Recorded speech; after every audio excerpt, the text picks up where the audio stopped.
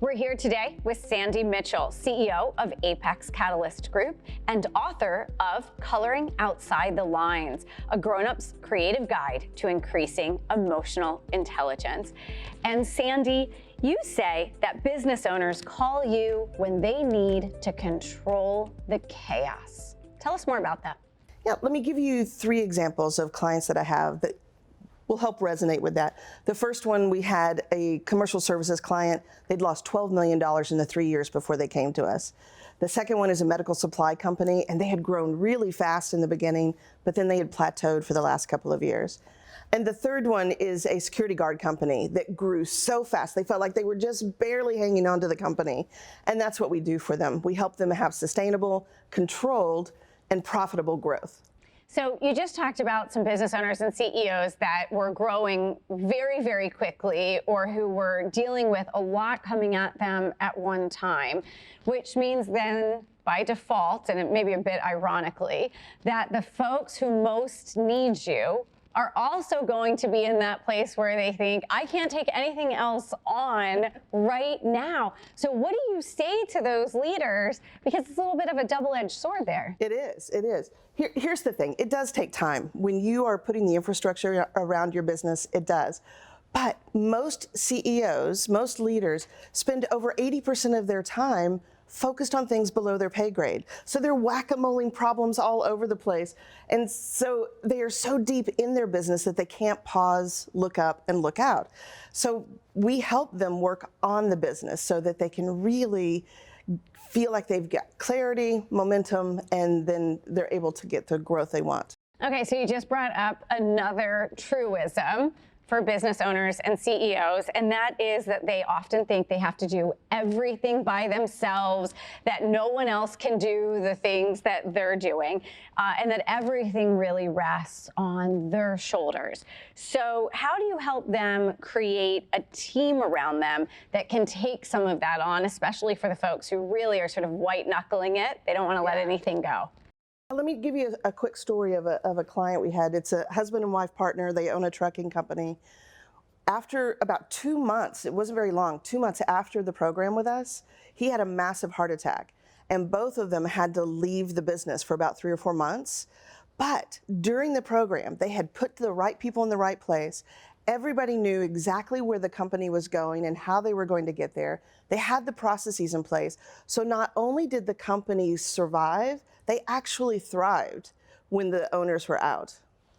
So and you can have that kind of business without getting sick. Well, and I was just going to say, and how many business owners and CEOs out there today are really sort of driving themselves into a degree of burnout that's not healthy. So I would say that they say that even the sharpest knife can't carve its own handle. So even these very smart, successful business owners and CEOs need to bring in outside support. How do you select the right outside support? What does that look like? And how does a CEO or a business owner know that your firm, that Apex Catalyst Group, would be right for them?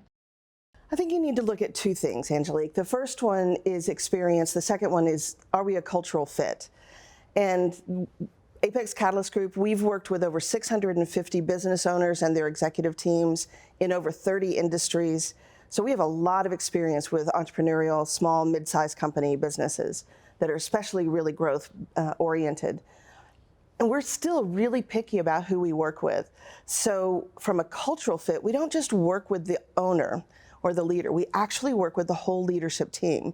We take, as in most companies, we take individual leaders and we help turn them into a really strong, powerful leadership team.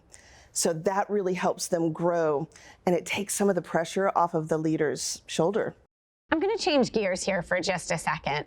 Social impact is really important to you as well as your firm. Tell us why that is, and what are some of the things that you all are doing in order to create positive change in the world? I have a huge passion for the power of education and entrepreneurship for women across the globe. And one of the things that we have done at Apex is we sat down and we said, all right, we're not just going to talk about it, we're actually going to do something about it. So 10% of everything that comes into the company goes to 3 specific nonprofits that help perpetuate education and entrepreneurship.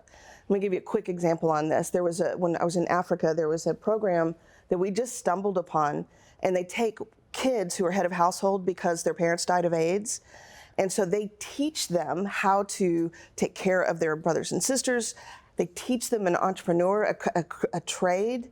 And for $100, how many trips to Starbucks is that? For $100, we were able to give a woman, 14-year-old woman, who was in charge of all of her brothers and sisters, everything that she needed to be a tailor. Sewing machine, everything. So we helped her impact her life, her family's life, and the whole community. It's powerful. Something pretty interesting, a bit contrarian, that I've heard you say, Sandy, is that you love working with leaders who are more afraid of the status quo than they are of growth. And we know that status quo is, in fact, the sort of opposite of growth. What would you recommend that business leaders do now who are really committed to breaking free of inertia and getting their organizations growing? Well, Angelique, if you were one of my clients, what I would have you do is go out and look at who are the top 5 people that you work with on a daily basis, those whose opinions you truly value, and ask them, and this is going to be a hard question to ask, but ask them, am I a bottleneck in the company because I have too much on my shoulders? And typically the answer is going to be yes. And when it's yes, then what I want you to do is give me a call. And do it within the next week, because we can really help you take control of your business, begin to let go, so that you can focus more on the strategic and frankly more fun parts of the business, and they can do the day-to-day work. You can let go. And if you want more information on that, give me a call, apexcatalyst.com. You can find the information there. Well, there you go, everyone. That's Sandy Mitchell of Apex Catalyst Group, and you can find her at apexcatalyst.com.